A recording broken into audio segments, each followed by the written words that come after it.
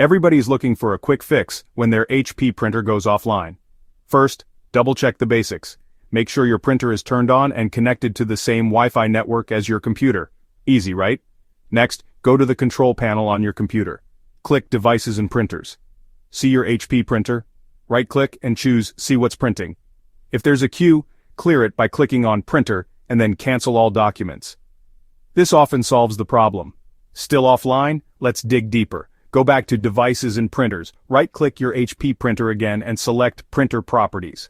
Click the Ports tab. Now make sure the correct port is checked. For most Wi-Fi printers, it should be WSD or something similar. If it's not, select the right one and hit Apply. Got it? Great. If it's still not working, try restarting your router and printer. Sometimes, a simple reboot can work wonders. One last tip. Ensure your printer's firmware is up to date. Go to the HP website, find your model, and download any available updates. And there you have it. Troubleshooting your HP printer doesn't have to be a headache. Follow these steps, and you'll be back to printing in no time. Easy, right? Got other tech troubles? Subscribe for more quick fixes.